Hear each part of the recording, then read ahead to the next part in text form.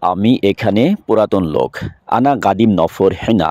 এখানে আনা অর্থ আমি, গাদিম অর্থ পুরাতন, নফর অর্থ লোক, হেনা মানে এখানে। তাহলে আনা গাদিম নফর হেনা মানে আমি এখানে পুরাতন লোক। তুমি পেছনে যাও।